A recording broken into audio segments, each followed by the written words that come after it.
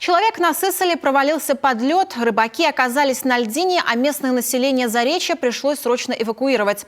Рано хвататься за сердце. В Коми начались трехдневные всероссийские учения службы МЧС в преддверии паводка.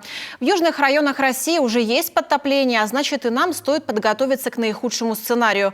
Не потому, что он обязательно случится, а чтобы быть готовыми ко всему. Наталья Юрина продолжит.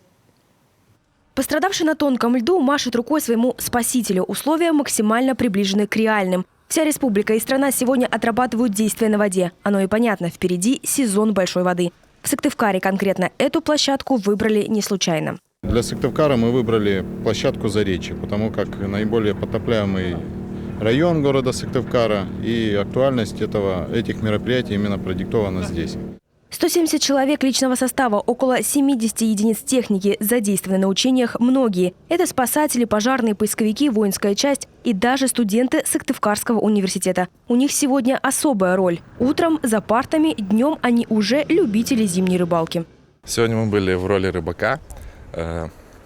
Мы оказались отрезаны льдиной. Спасатели нас спасли на воздушной подушке. Все прошло отлично.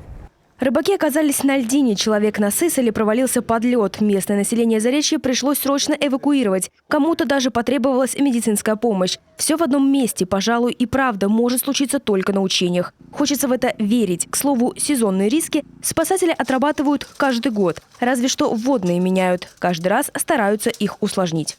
Пытаемся усложнить для наших подразделений легенду прохождения, выполнения задач. В ходе выполнения задач будет обстановка усложняться, потому что всегда МЧС России отрабатывает все сценарии по наихудшему сценарию развития ситуации, чтобы просмотреть весь перечень нашей готовности. Работает на Сысоле и Роспотребнадзор. Берет воду для анализа. Лед только тронулся, и это первый забор в нынешнем году. 72 часа, и результат на микроорганизмы в лаборатории будет готов. Сотрудники успокаивают, критических показателей у нас не бывает.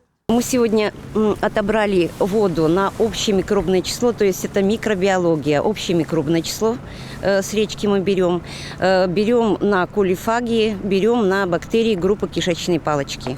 Настоящих несчастных случаев на реках Коми в этом сезоне не было. Ледовые переправы на юге республики уже активно закрывают. Говорить же, насколько большой будет вода, пока рано. МЧС и Гидромедцентр оценивают запас влаги в снегу, промерзание грунта и толщину льда. Пока есть все основания полагать, что паводок 2022 пройдет в средних значениях. Наталья Юрина, Анна Зубрева, Алексей Паршуков, телеканал Юрган, Сыктывкар.